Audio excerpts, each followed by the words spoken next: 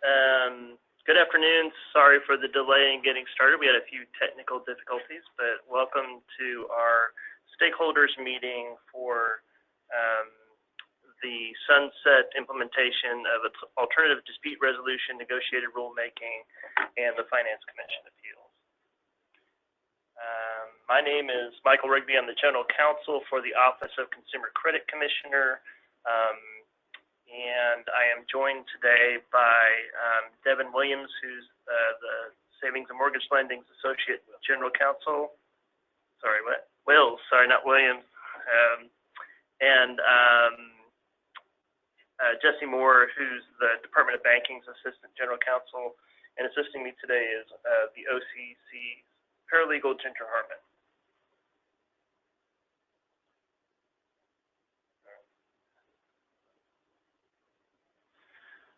Okay, at the side of the room, there are handouts of the draft rule that we are discussing this afternoon.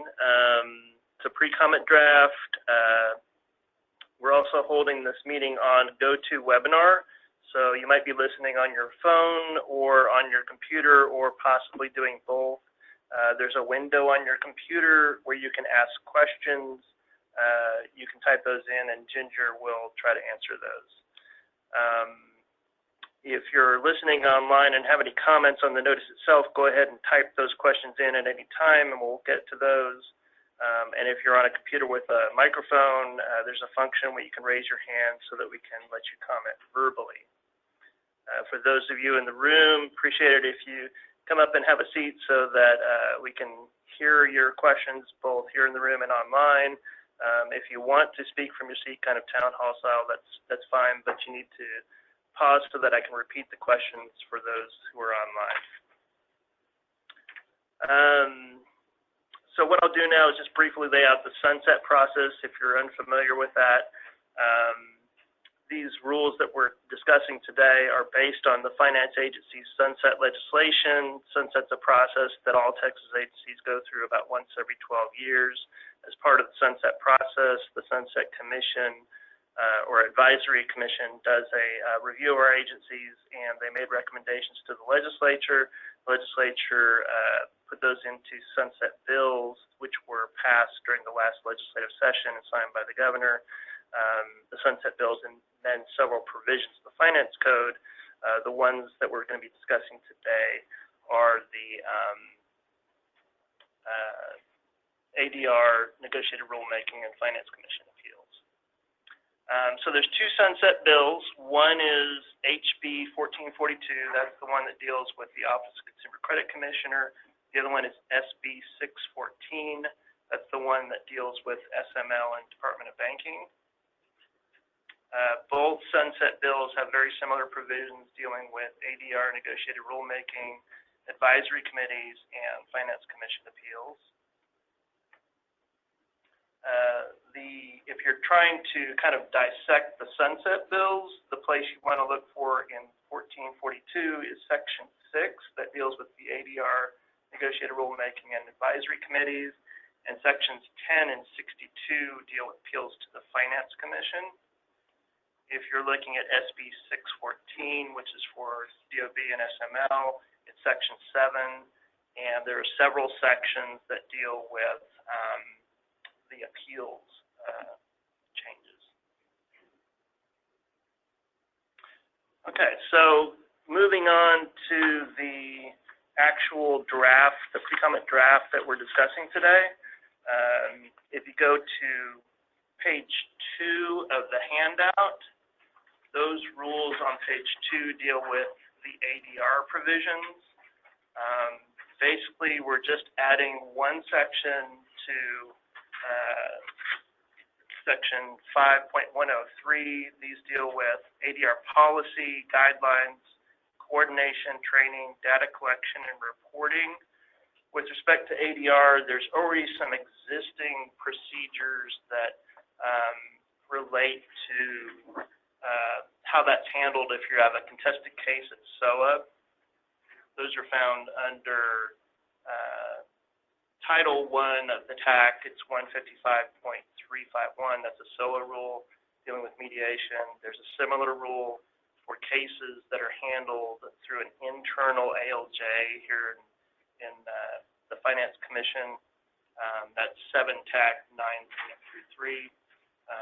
There's also part of the sunset legislation deals with SOA's recommended guidelines. Those are published on SOA's website.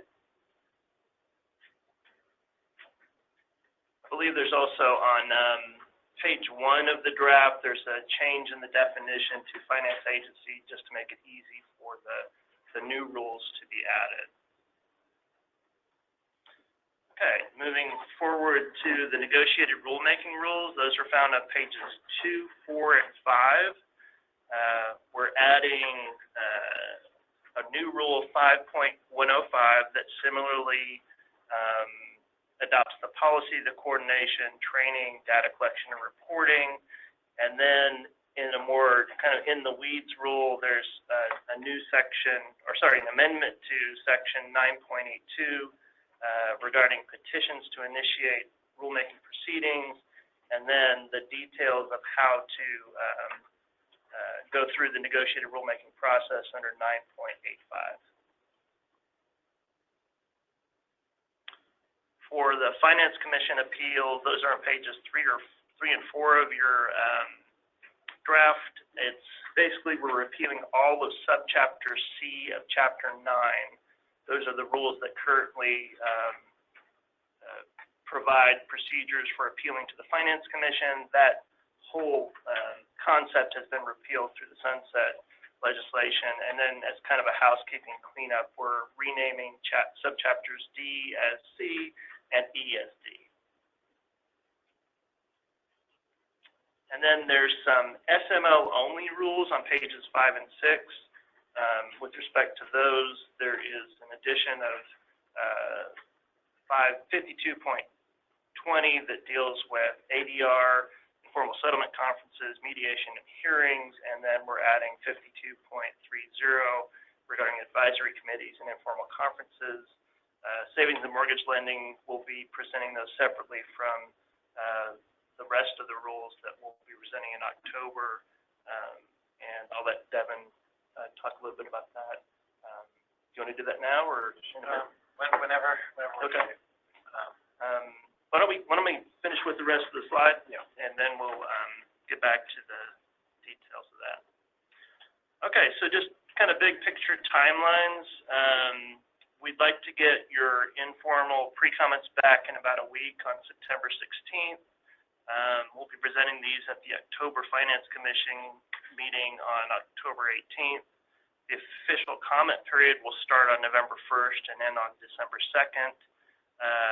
The December Finance Commission meeting has been moved from December 20th to December 13th.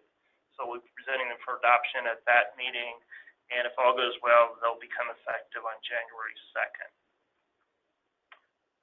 Again, if you have questions or comments about these rules, you can present those in person here, send them through the webinar, or use the raise your hand function. And the address for submitting the comments to the OCCC is the rules.comments@occc.texas.gov. And those, again, are due by September 16th at 5 p.m. So with that, why don't I turn it over to Devin to kind of go through some of the details of his rules, and then we can discuss your comments and observations. These rules are found on the bottom of page 5 and also all of page 6 on the main handout. I also provided a second handout that just included some of the legislation and some other stuff regarding where these rules came from. Essentially are implementing some of the new changes as a result of the sunset legislation in Finance Code Chapter 13. Specifically, Texas Finance Code Section 13.001 or 011, excuse me, Consumer Information and Complaints. Section B says the Department of Savings and Mortgage Lending shall make information available describing its procedures for complaint investigation and resolution. This would be the and resolution part. We just went through the complaint investigations rulemaking. Essentially, if you look on the second and third pages of my the second handout, these are the sunset licensing and regulation model guidelines. And at the bottom of, it says page 23, and top of page 24, it talks about, if possible, resolving cases through informal settlement conferences or other means short of a hearing at the State Office of Administrative Hearings. And that's sort of how this first set of these new rules are designed to do. It does say that they're much more flexible than a formal hearing, and very little standard law exists governing them. It's essentially whatever the agency establishes by rule. So essentially, we've taken our current process for resolving appeals that are short of going to a hearing and put them into rules. That is 52.20. The second, this would be subchapter C, advisory committees. This comes from, it'll be on page 4 of the second handout. Texas Finance Code 13.018, advisory committees, sort of discusses appointing advisory committees, and then Government Code 2110.008 discusses the duration of advisory committees and that they are abolished within 4 years if a specific date is not specified in the rule, as well as Government Code 2001.031, informal conferences and advisory committees, essentially just saying that the agencies can use them. And we've essentially just taken those different statutes and formalized the authority and abilities that they provide into our rules. Then I can turn it back over. Okay. So at this point, if you have questions or comments about the draft, we'd be interested in hearing this.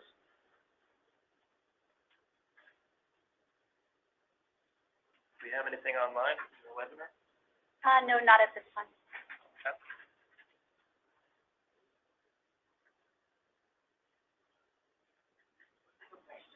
Sure.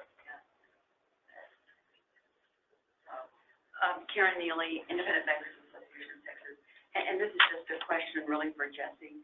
So we're dealing now with the SML rules relating to informal conferences, et cetera.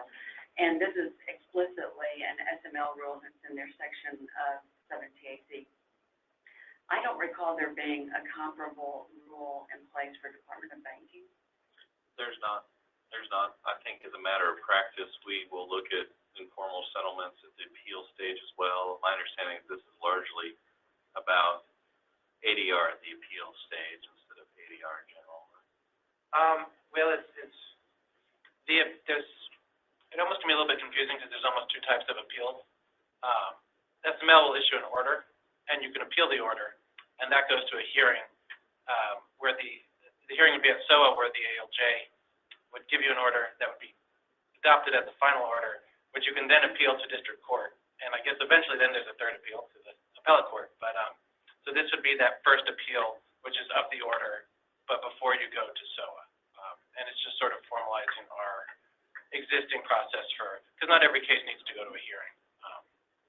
Because in my experience, and I'm speaking now actually as an attorney representing persons before the agency as opposed to just for the industry, for decades we've had informal conferences and we've had extremely useful, I hope they're useful, stakeholder meetings where all of the interested parties, not just from banking but from consumer advocates, et cetera, bring their insights to assist in development of rules. And I'm assuming that process will continue even without something as formal as this proposal. At the DOB, that's correct. Okay. Because I think it's good, and I think it's worked very well. Speaking again from the perspective of industry, and also seeing that there's been input from not just the the industry, but from other affected parties as well when it comes to the stakeholder meetings. I'm thinking about the home equity interpretations in particular. So, thank you. I just wanted to clarify that because, again, I think the process works well, and so I'm very glad to see it will be continuing to work. It will continue to work well. Thank you.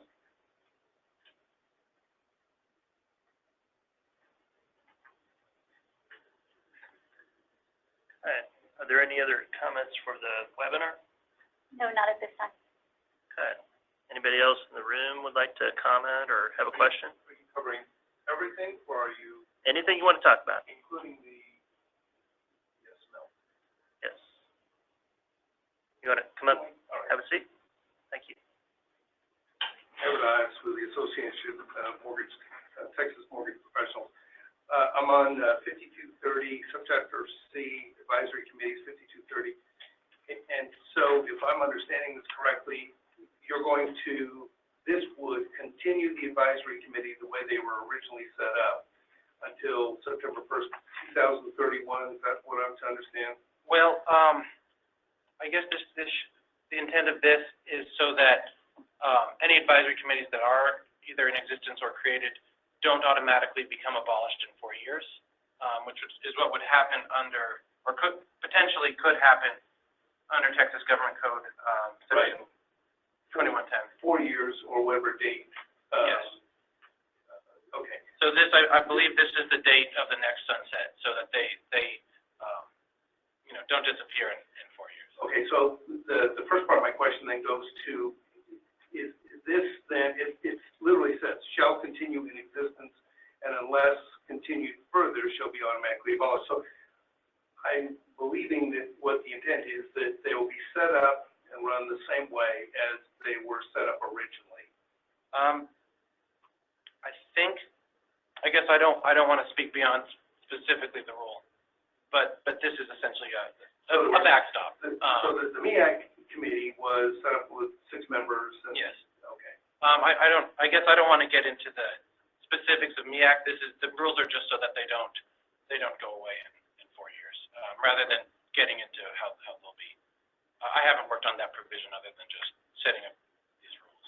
Okay, so it is not necessary now to go into the details of how that will be set up?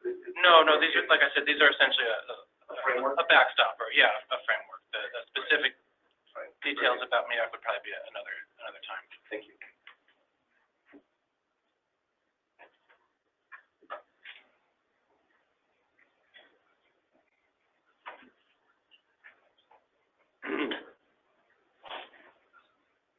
John Fleming, Texas Mortgage Bankers Association.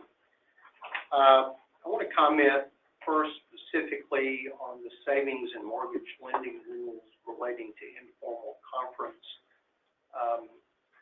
I see this basically as intended to formalize by rule what has been done historically by the department, and not only by the department, by OCCC, the Department of Banking. And I think to some extent Sunset was preaching to the choir in these recommendations. However, in looking at the text of the proposed rule for informal conference, I have one specific comment, and that is in relation to 52.20D3, the subsection that says are primarily conducted over the phone and by email. While I think that the intent probably was to make it clear that those forms would be available for purposes of future generations that may not be here, I think maybe if it would be made maybe rather than are, so that the concept that it could also be in person is preserved, so no one thinks that personal informal conferences are prohibited or used as a excuse not to have an in-person conference. So I think that language can be tweaked to make it clear that in-person informal conferences were also available. But I think the intent there, could be wrong, is make it clear that it can also be done by phone and email for the benefit of persons, licensees in particular, who may not live in Austin, and for whom an in-person conference may be difficult. My following comments are addressed with respect to the ADR rules, and they're more in the line of commentary and background information that you may not be aware of or may. Back in 1998, I became a fellow at the Center for Public Policy Dispute Resolution at the University of Texas Law School.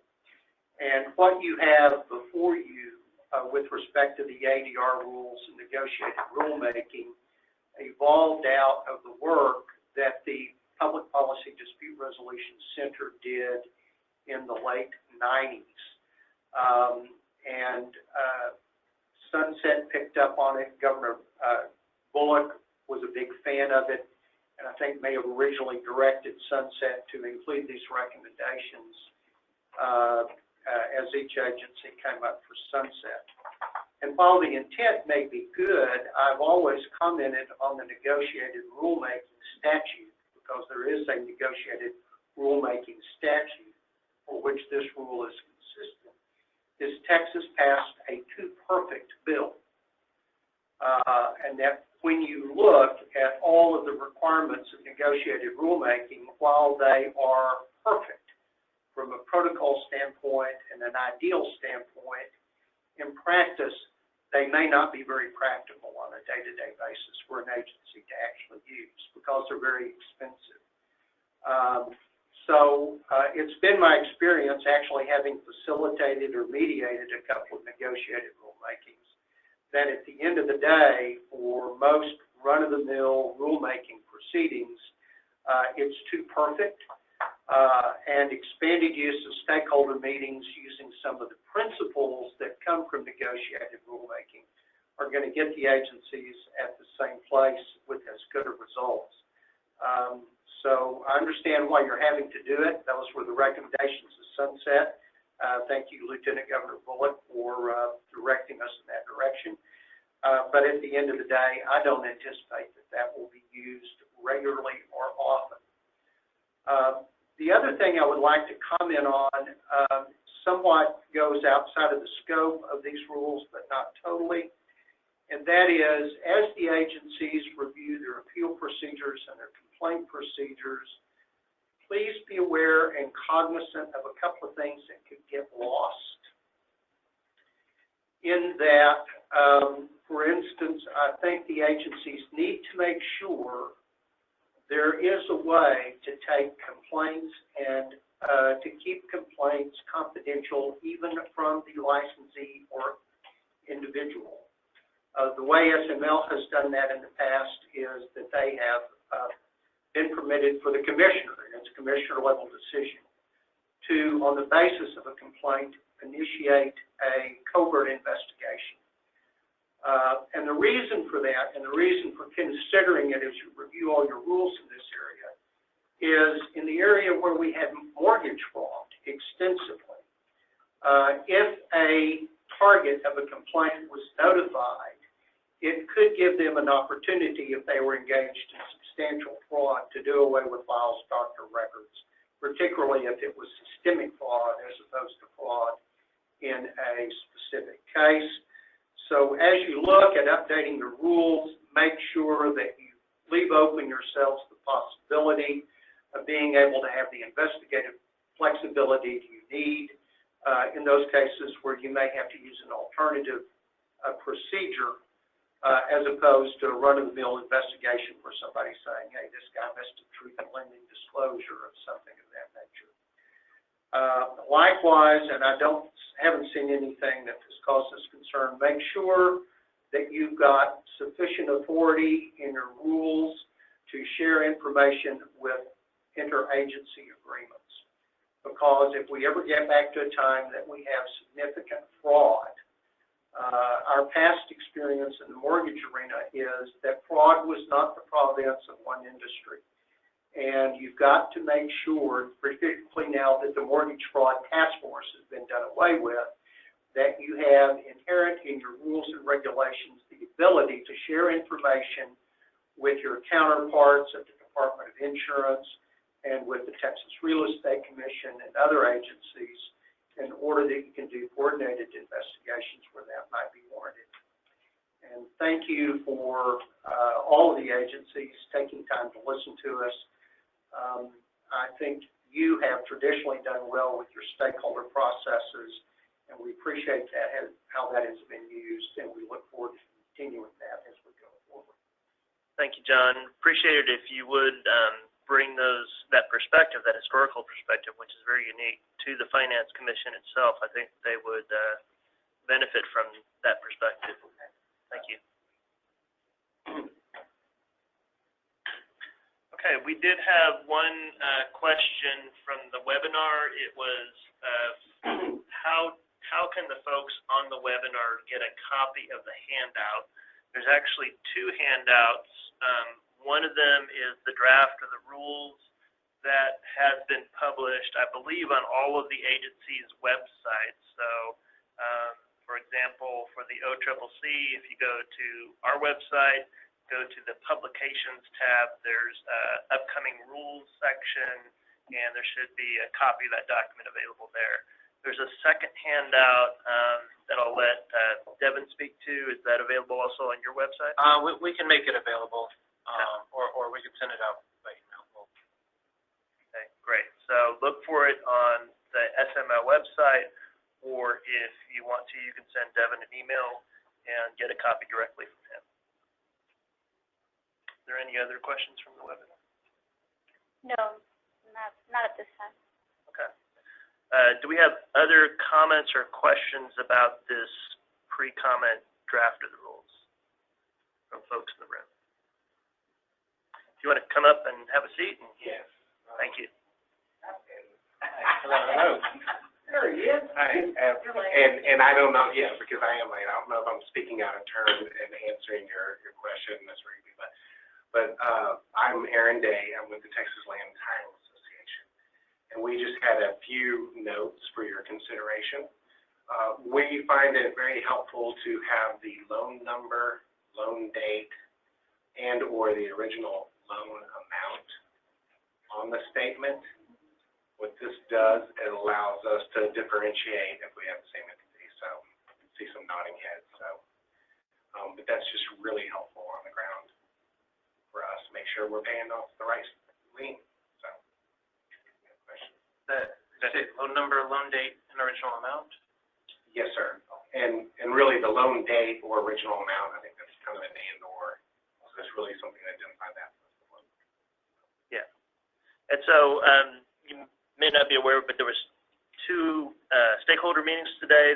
The first one there may be some overlap there with your comments with regard to the first stakeholder meeting, and this one's on ADR negotiated rulemaking and Finance Commission appeals, but the panel is the same, so we can certainly take that into consideration. It's a very informal process. We appreciate you coming down and sharing your feedback, and we'll be sure to incorporate those comments into how we review and analyze the rules. So great. Well, I apologize for my lack of topicality, but I appreciate a good audience thing.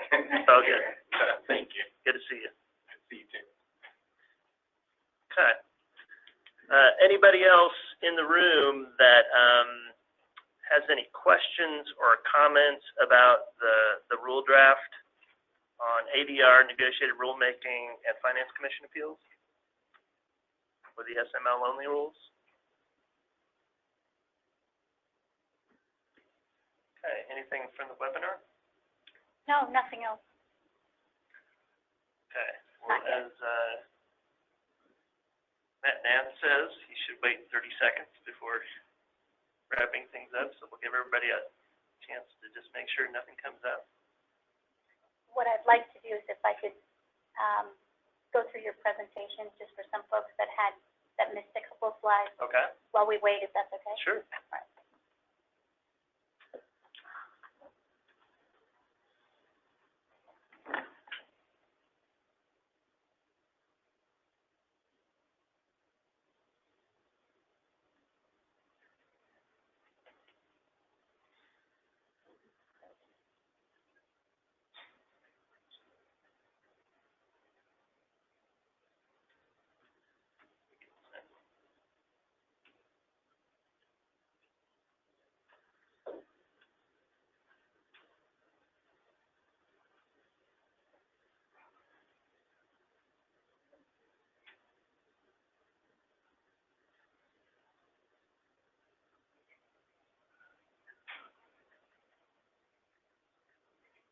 So these first few slides are just a recap of the sunset process and what's in the sunset bills for both HB 1442 and SB 614, the two sunset bills that apply to all three agencies.